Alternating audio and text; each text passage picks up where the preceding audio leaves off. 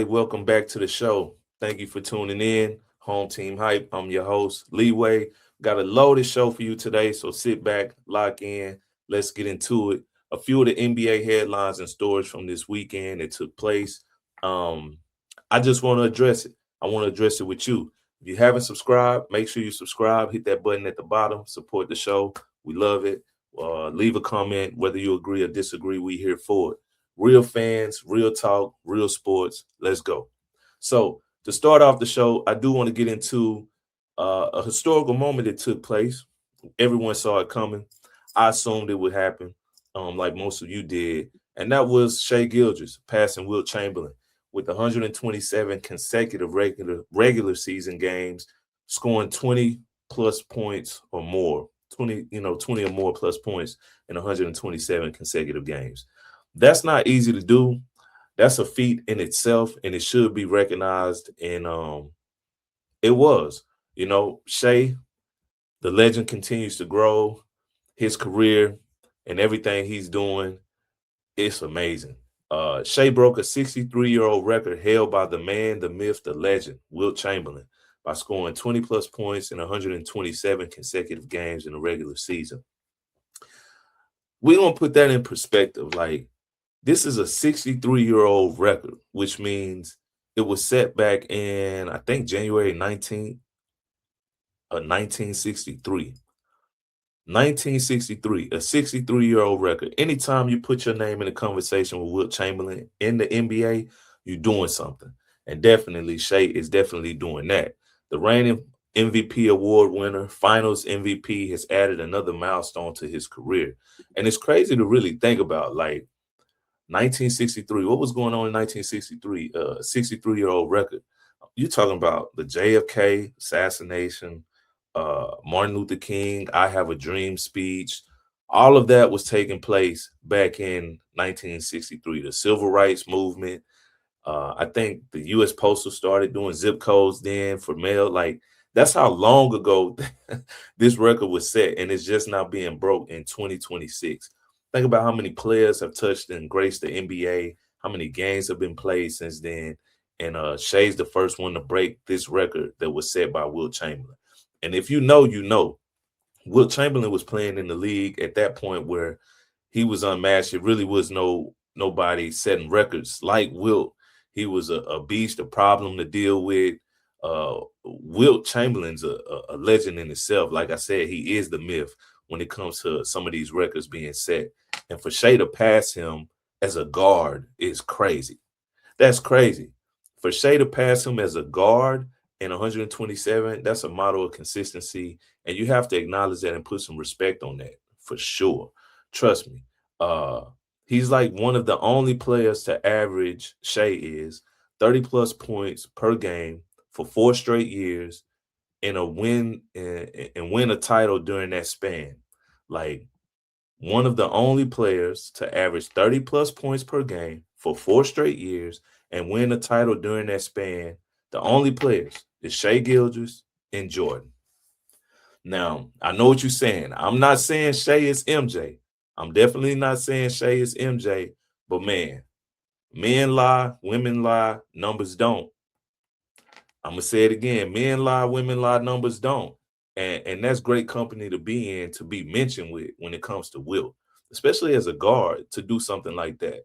The game is easier for big men who play on the block, although with the spread offense now, it's a lot more space and guards are able to, operate in a better level than, most bigs. It's not really that many big dominant players as far as bigs in the league these days.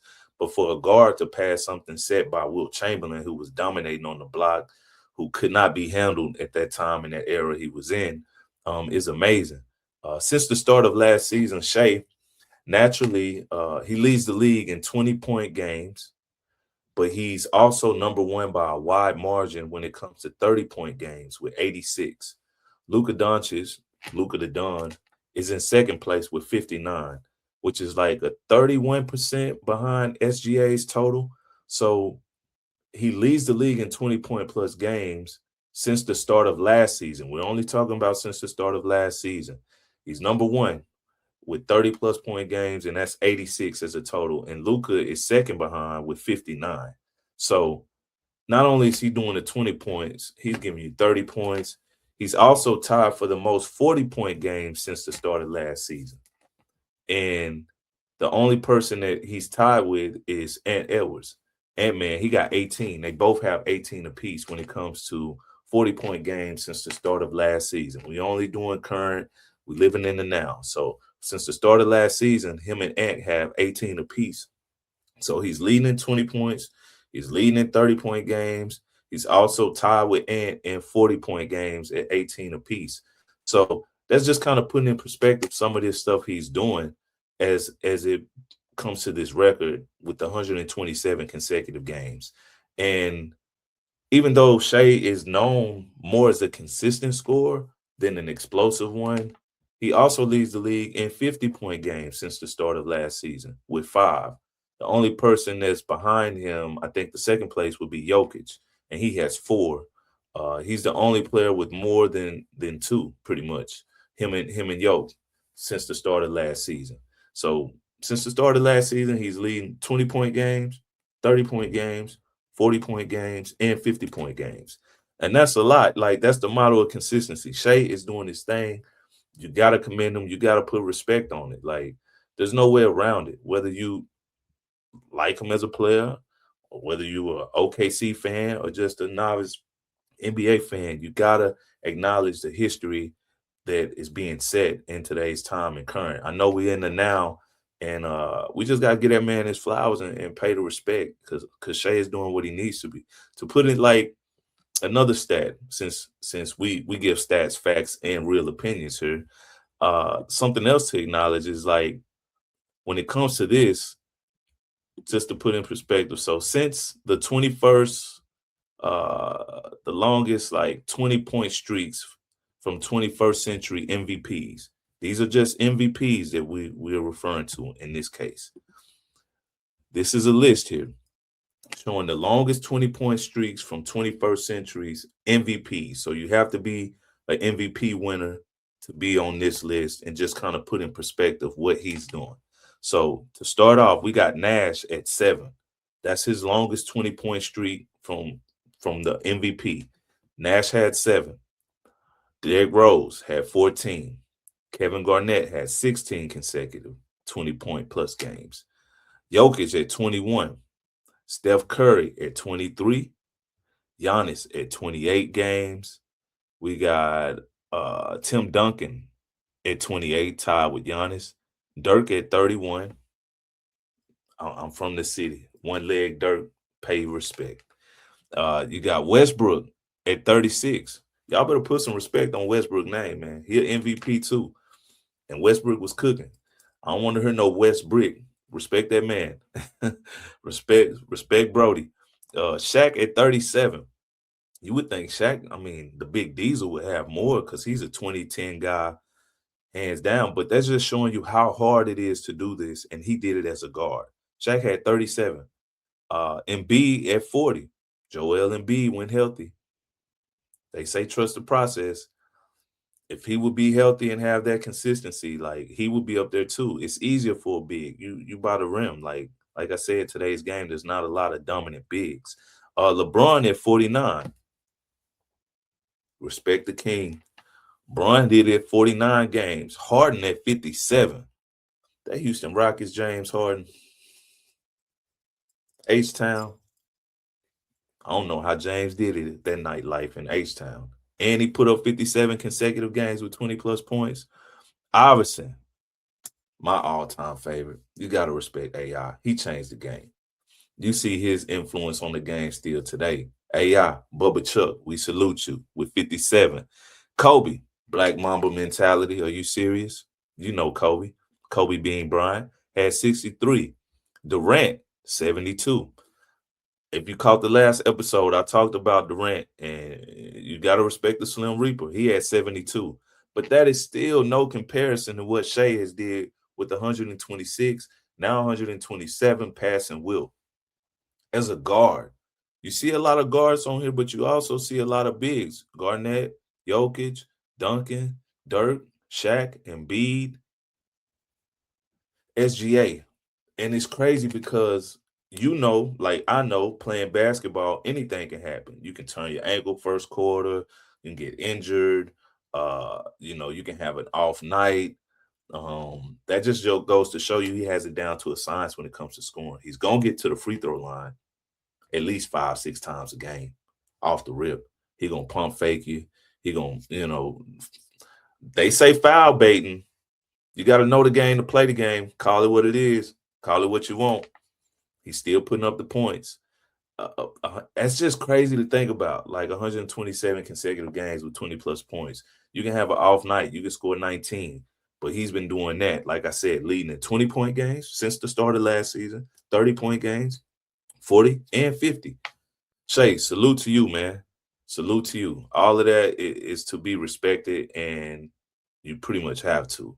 So I thought that with his absence from the injury, that the players we talked about previously for MVP candidates would make up more ground than they've had. But in these primetime games, that thriller that he beat Boston in, he beat Denver, game time winning shots back to back, is pretty much a wrap at this point. Shai, I see him being back-to-back MVP. He's the favorite. It's his MVP to lose. Jokic is still up there. Wemby's still making noise. Even Luka's been on the run lately. And Cade is still doing what he's doing out there in the East, leading Detroit to that number 1 seed by like 5 or 6 games ahead of everyone else. But it's really Shai's to lose again, man.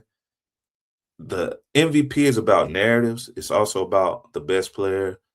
Usually it's not the best team, but he just so happens to be the best player on the best team, and he has the narrative in the league right now to be back-to-back. He's beating Wilt. He's leading in clutch points, plus minus, so many stats right now, and even he missed a nice chunk of the season due to injury, but he picked up right where he left off, and he's consistent, man. You got to call it what it is, man, and that's just how it's looking right now. Shai will be, in my opinion, back-to-back MVP. Do you like it? Do you agree? Disagree? Either way, put it in the comments. Like, there's still guys making a case in this last leg of the season, like I mentioned, Jokic, Wemby, Cade, and Luka. But OKC continues to roll despite the injuries on this team. The chemistry is unmatched in the league thus far at this point in the season. The Spurs are on their heels. San Antonio, they on OKC heels, and they proved that they can beat OKC more than once to show it's not a fluke with that alien sitting in the paint. I can't wait to see what transpires in the playoffs. I am looking forward to it at the end of this season. But Shai is doing his thing, man. As you can see what he's averaging right now, 31 points. I think he's second in scoring, 4.5 rebounds, almost 7 assists a game, and he's almost 56% from the field. Shai's doing it on the court and off the court. Shai's doing it on the court and off the court. He killing it on the fashion before the games. It was a little, I did have a few fits. I was like, I don't know about the hard to top and all of that, but hey, sometimes you got to go left field with the fashion to stand out. I understand it, but it's not what he's doing off the court that matters so much as to what he's doing on the court. And Shai, Cocoa Butter Pecan Gilgeous is doing his thing, man. Salute to Shai Gilgeous, man. Yeah, I really don't know what to say after that. Like, he's basically the runaway favorite for the MVP. And that record he broke with Wilt, it's about the narrative, and he's doing this thing. So salute to you, Shai, and everything you bring into the game right now this season. We appreciate it. Keep it up. Another thing I really want to get into is the return.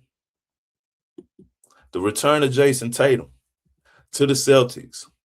JT returns, coming off that horrendous, that mortifying, that, devastating Achilles injury that we saw in the playoffs I really want to know kind of what would have transpired had he not got injured.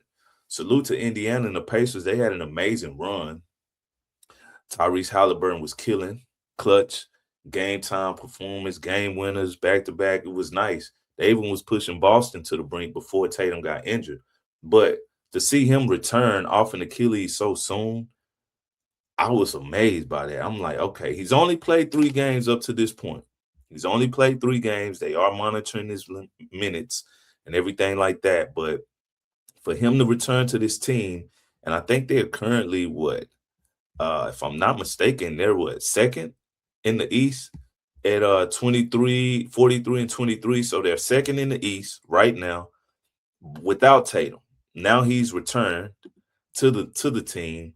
And in those 3 games, I believe Tatum has averaged what, 19 points, almost 20 points a game, 6.7 rebounds, 3.7 assists. He's only shooting 39% from the field, which is to be expected. When you miss that much time, he had that much time off in the game, you're gonna be rusty. Practicing and all of that is not like live action. When the live rounds are firing, that's what's gonna happen. That's what it looks like. The 6-time All-Star is picking up where he left off last year before the injury in only 3 games. Like, that's what he's averaging. That's what he's looking like, and he's looking good. You gotta give it up to JT and be happy to see him back. I'm interested to see how this is gonna affect the playoffs, and if he can get in rhythm before, which he doesn't seem to be too far off at this point. Um, I'm excited to see what he's going to bring to that team that's already rolling. Speaking of the Celtics, we have to give more respect to that boy, Jaylen Brown.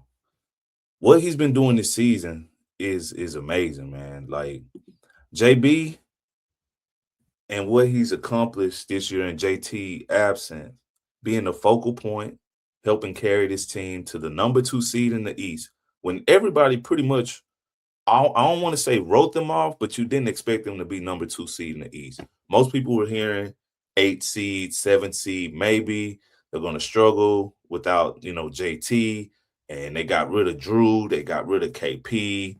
A lot of that core team that helped them get to the finals. It's going to be relying on Peyton Pritchard and Jaylen Brown and the new additions, and they're exceeding everyone's expectations at this point. Like I said, being the number 2 seed in the East on the back of Jaylen Brown, because JT has only played 3 games this season. And Jaylen Brown is doing it on both sides of the floor. The true definition of a two-way player. The debate over whether Jayson Tatum or Jaylen Brown is better is a constant topic you hear in the NBA, especially as both have reached superstar level while playing together.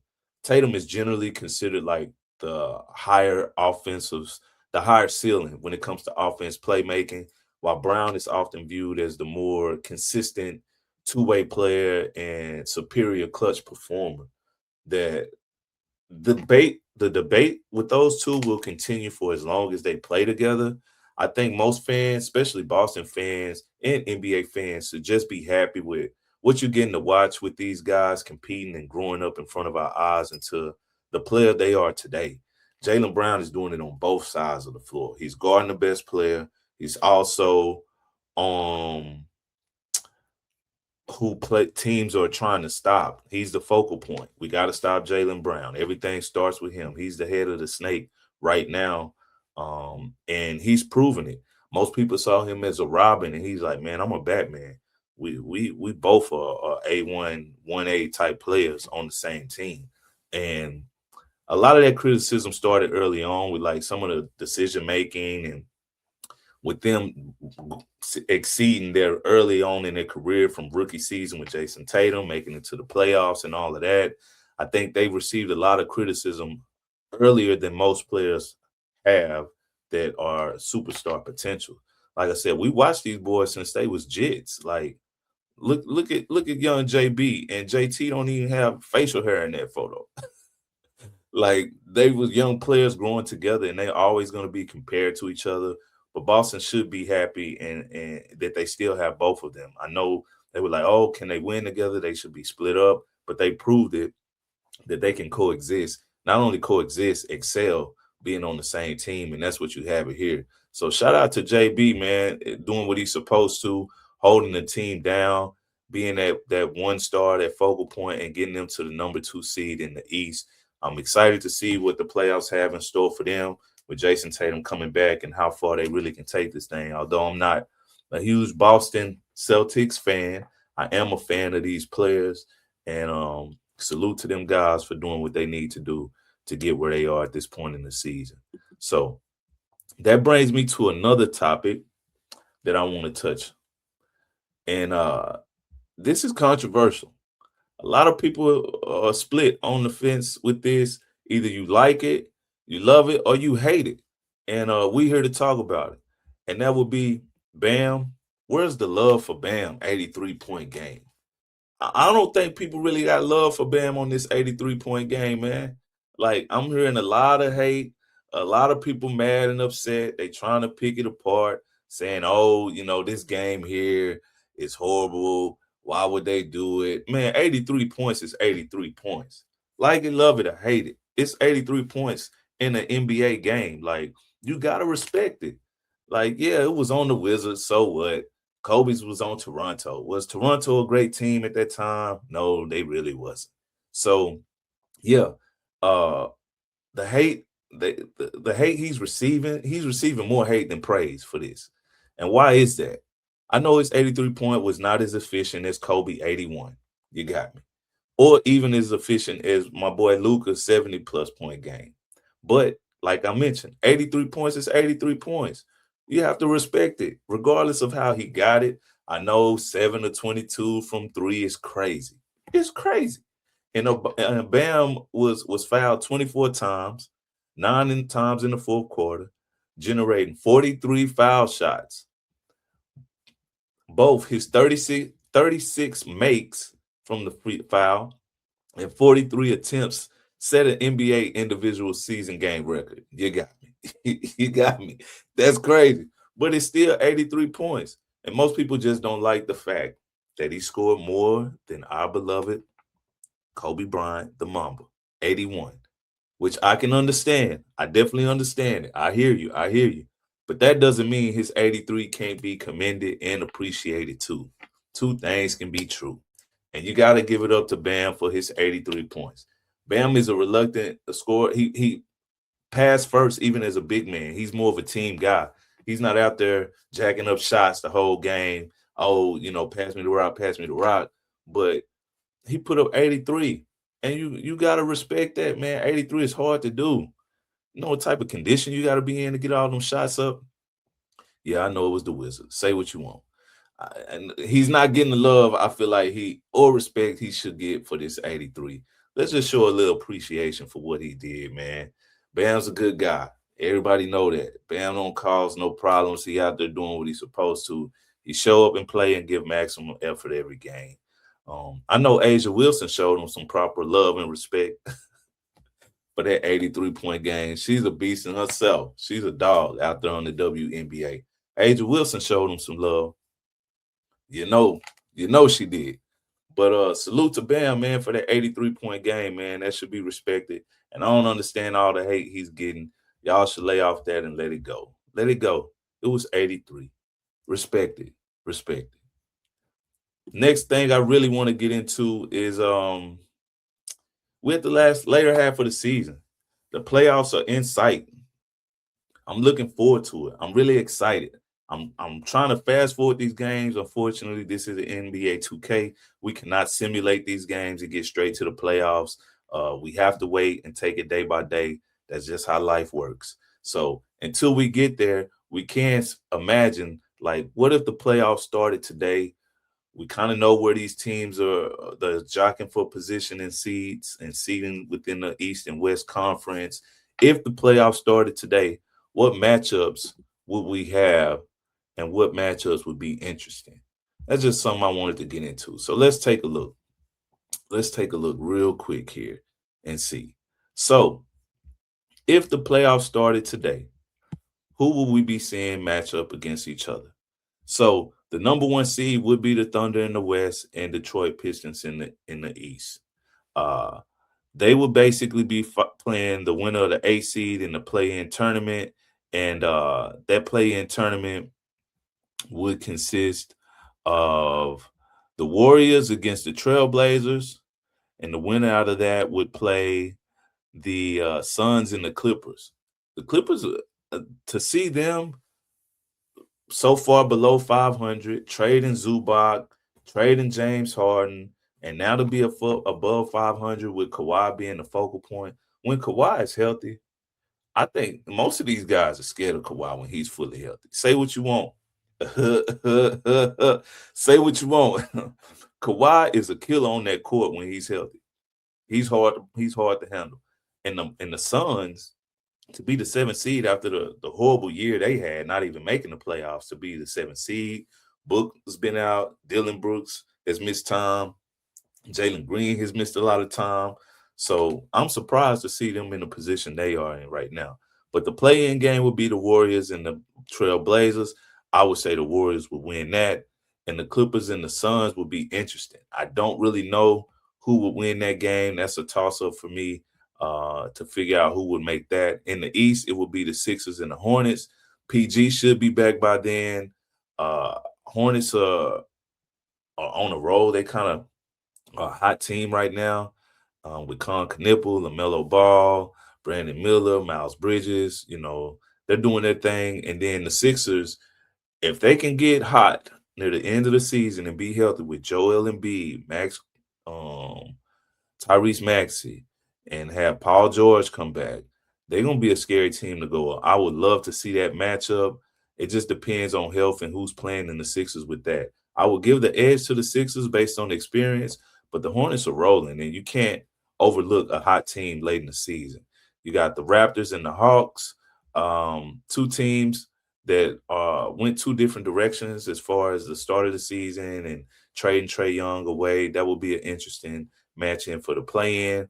But in the West, you would have the Spurs versus the 7th seed, so that would be the winner out of the Clippers and Suns, which I would give the edge to the Spurs against any of those two teams because what they're doing right now is unmatched.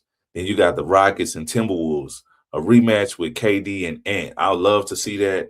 Those two players are fond of each other, and that matchup would bring fireworks with Houston Rockets and that defense, and then Minnesota and Ant-Man leading the way. And then you got the Lakers and the Nuggets. Oh, man. The Nuggets have had the Lakers number ever since. I don't think the Lakers have beat the Nuggets in the playoffs since that bubble year in 2020 when they went on and won the title. Granted, this is a total different team. No Anthony Davis. Luka is over there. AR now. Roster's completely different. The Nuggets are kind of similar to that team then. They are a little better. No Michael Porter Jr., but they fill the void with other players. And that would be interesting.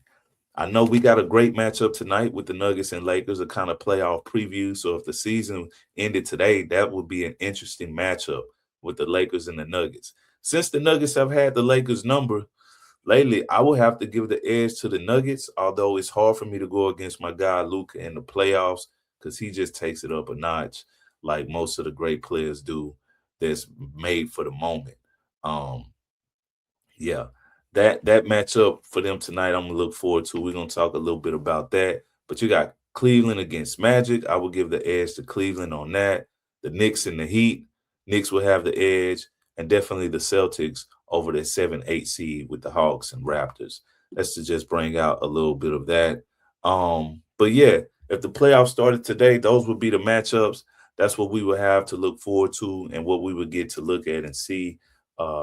Lakers are actually 7-1 in their last 8 games. Seems to be finding the rhythm, and that's pivotal, especially late in the season. Like that's what it's about. You want to end the regular season and go into the playoffs hot and confident. Players knowing they role, knowing what works and what doesn't work, because the game slows down, the pressure rises, and this is when legends are born. This is when you go for that gold trophy, and that's what matters. But the matchup tonight, I'm looking forward to. We will be doing some prop bets getting into this game. We got the Lakers, who are hot. Like I said, they're 7-1 in their last 8 games against Jokic and Denver. It's at the Crypto Arena, so you know the fans will be out. It's Saturday night. The stars will be out. I'll be tuned in. I'm actually going to go live during this game, so please subscribe. Hit the link below. Watch our live pod where we're going to kind of talk about the game live in action and enjoy it with you guys. So if you ain't got nothing to do on a Saturday night and you want to watch some basketball and you want to watch us while we stream, please do, because we'll be there for it. We responded to your comments. We're here for the debate. Like I said, real fans, real talk, real sports, always at Home Team Hype. That has it for this episode. Thank you for tuning in. Thank you for joining me. If you got any questions, if you would like to be on the show, we're going to start doing a fan segment that we can coordinate. You subscribe, send the comments. I'll give you guys times in the future. You're more than welcome to join the show and debate. We're going to have a fan debate segment where you can get off your chest whatever you want to talk about. And we here for it. We here for you. Thank you. Leeway. I'm out. Deuce.